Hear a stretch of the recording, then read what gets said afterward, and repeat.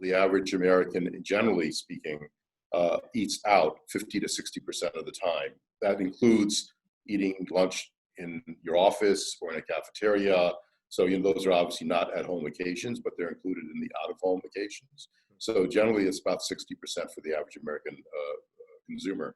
That obviously soared to like less than 5% because 95% of the eating was being done at home. So completely flipped during this temporary stage. We think post-COVID that we'll never go back to that 60% eating in restaurants or out of home. We think it won't be necessarily a huge shift, but it will be material. We will think you'll probably only have 40% eating out of home occasion versus 60% before. So a good 20%, 30% shift. I also think that folks are going to be, looking at the types of meal occasions they have at home and getting more creative about it, whether that means, looking at more blogs to prepare more meals, getting more involved in some of the, there's Zoom kind of cooking days or cooking events with chefs and everything else. So I think the whole culinary world is going to get much more engaging, much more animated. And I think folks are going to get more, there's going to be a new community developed online, whether it's on Zoom or whether it's on Skype, whether it's on WhatsApp, with folks really making meals like a fun occasion again. It's tough to really know, to navigate this uncharted water, but we did see some decline in some natural organic categories. I think keto was somehow tailed off, and some of the snack items tailed off because people were going for the bigger, better known names. So I think that, yeah, there will be a focus again on some of the natural organic items, but I think anything that's fresh or refrigerated is going to be questionable. I think produce will continue to come back, especially because people will eventually go back to shopping in stores. That's not going to go away anytime soon. And that's where they'll be picking their fresh produce. But there is a concern among shoppers, even when they're walking into grocery stores, of who's touched that fruit or that produce, how clean is it?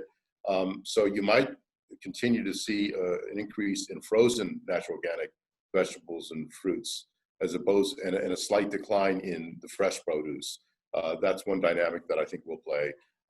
I also think that folks are just going to be buying a lot less refrigerated product. They're not going to be buying as many fresh prepared meals at the counter or other sides and so on. I think they're going to be focusing more on frozen. So it's not just about value; it's also about values, and that's where I think some of the brands in our sector that are premium brands like Saffron Road, that have very strong values, that are bulletproof, that are the real deal, that really are dedicated to our, clean label and no artificial ingredients, and really knowing what's in the food, make sure it helps you sustain a healthier lifestyle. I think those are going to become important. One of the concerns that COVID has kind of unmasked is because the retailers are so focused on essential brands and essential items, they've cut back dramatically on innovation. So a lot of the new innovation, some of which we had developed 2-3 years ago, was completely canceled for this year at a couple of the major retailers. That's going to be something that's going to impact our industry. If private label is being brought in and innovation is being muzzled, it really makes you think, how are brands going to grow in that kind of environment? And that's why we're really focusing on the legacy SKUs we have that are doing really well. I think DTC and e-commerce are definitely going to be the drivers of innovation, much more than they've ever been in the past. Unfortunately, the next year, you're getting less than that, probably the next 6 months, you're going to see hundreds of natural organic companies go out of business. Unfortunately, this is a tsunami that attacked us, and it's like an earthquake. I mean, there's going to be tremors throughout the industry. And, getting secondary financing for follow-ons for a lot of brands, especially the more innovative and smaller brands, is going to be very, very difficult. And retailers, too, are being much more cautious about not just innovation, but even the brands that are there. They're starting to focus on essential SKUs, the legacy SKUs of a lot of those brands. So I think 2 or 3 years from now, within the 6 months or a year, there's going to be a shakeout.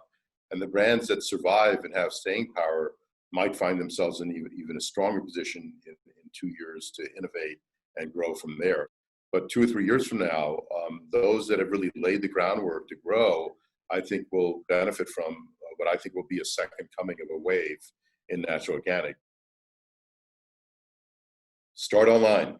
You know, initially, start online. If you get a good retailer that you can partner with that shares your values and is willing to work with you patiently for a year or two to help you build a few SKUs in your brand, great. But more than likely, you're better off initially, you know, developing your own e-commerce strategy, and then once you've gotten some traction there, going to the retailers and proving yourself.